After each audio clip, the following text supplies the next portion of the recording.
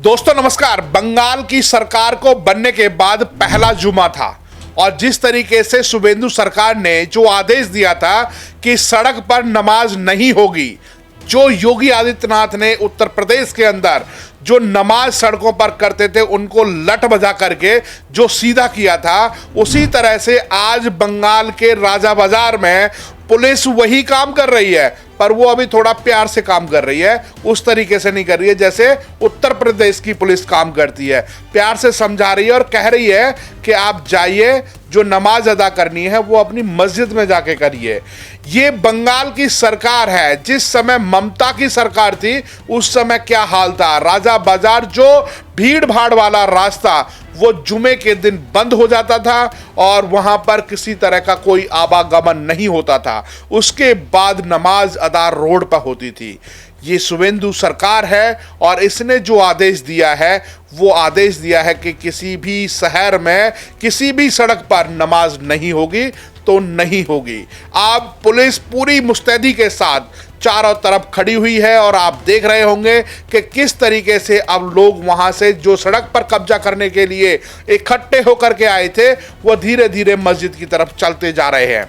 अब कोई भी युवा हो चाहे बुजुर्ग हो, अब ये जिद नहीं कर रहे कि हम सड़क पर ही नमाज अदा करेंगे। कुछ लोगों के ख्याल तो आते हैं, जैसे कि जी मीडिया के साथ कुछ लोगों ने बदसलूकी भी की है और उनको कहा भी है कि तुम यहाँ किस लिए आए हो, क्यों आए हो, और मीडिया का तो काम है खबर दिखाना।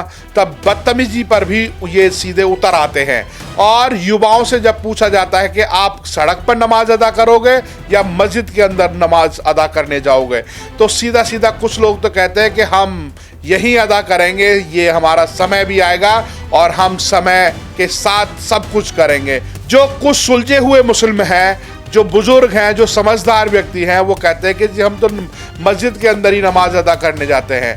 तो ये आप समझ लीजिए कि ममता की सरकार और शुभेंदु की सरकार में कितना फर्क अब बंगाल के अंदर नजर आ रहा है और जो जो डिसीजन लिए गए हैं उन पर सख्ती से लागू भी किया जा रहा है, चाहे बुलडोजर की कार्रवाई हो या फिर जिस तरीके से अब नमाज अदा करने की बात हो या फिर जिस तरीके से जो विधानसभा के अंदर शुभेंदु सरकार, जो शुभेंदु अधिकारी नतमस्तक होते हुए दिखाई दिए थे।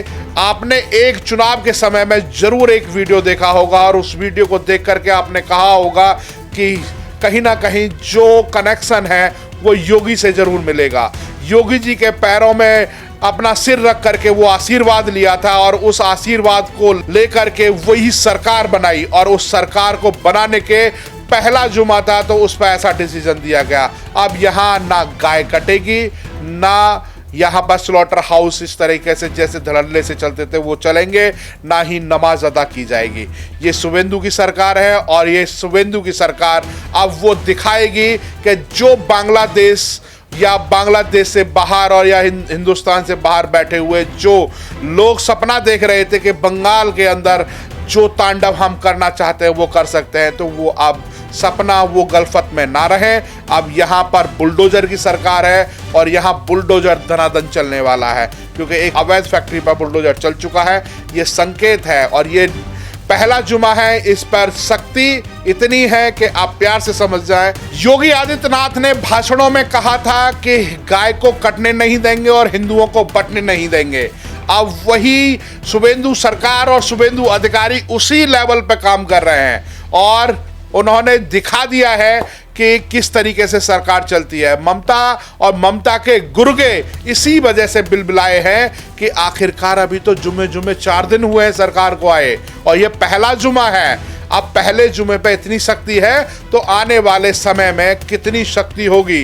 कैसे ये बांग्लादेशी जो रोहिंग्या हैं या बाहर के विदेशी यहाँ आकर के बसे हुए हैं, कैसे वो बंगाल छोड़ करके रातों रात भागेंगे और भाग भी रहे हैं। तो ये आने वाले समय में भी देखने को मिलेगा कि किस तरीके से शुभेंदु अधिकारी किस तरह के किस लेवल पर वो यहाँ पर काम करने वाले हैं। और सीधा सीधा आशीर्वाद महाराज जी से लिया गया है और आशीर्वाद महाराज जी से और जो विधानसभा में नतमस्तक होने के बाद वो याद दिला दी जो योगी नरेंद्र मोदी ने जब पार्लियामेंट में पहला कदम रखा था तो वो भी नतमस्तक हुए थे 2014 में और इसी तरीके से शुभेंदु अधिकारी भी उसी तर्ज पर पूरे नतमस्तक होकर के विधानसभा में गए थे। कसम खाई है कि बंगाल को हम बंटने नहीं देंगे और कटने भी नहीं देंगे और बदल करके रहेंगे।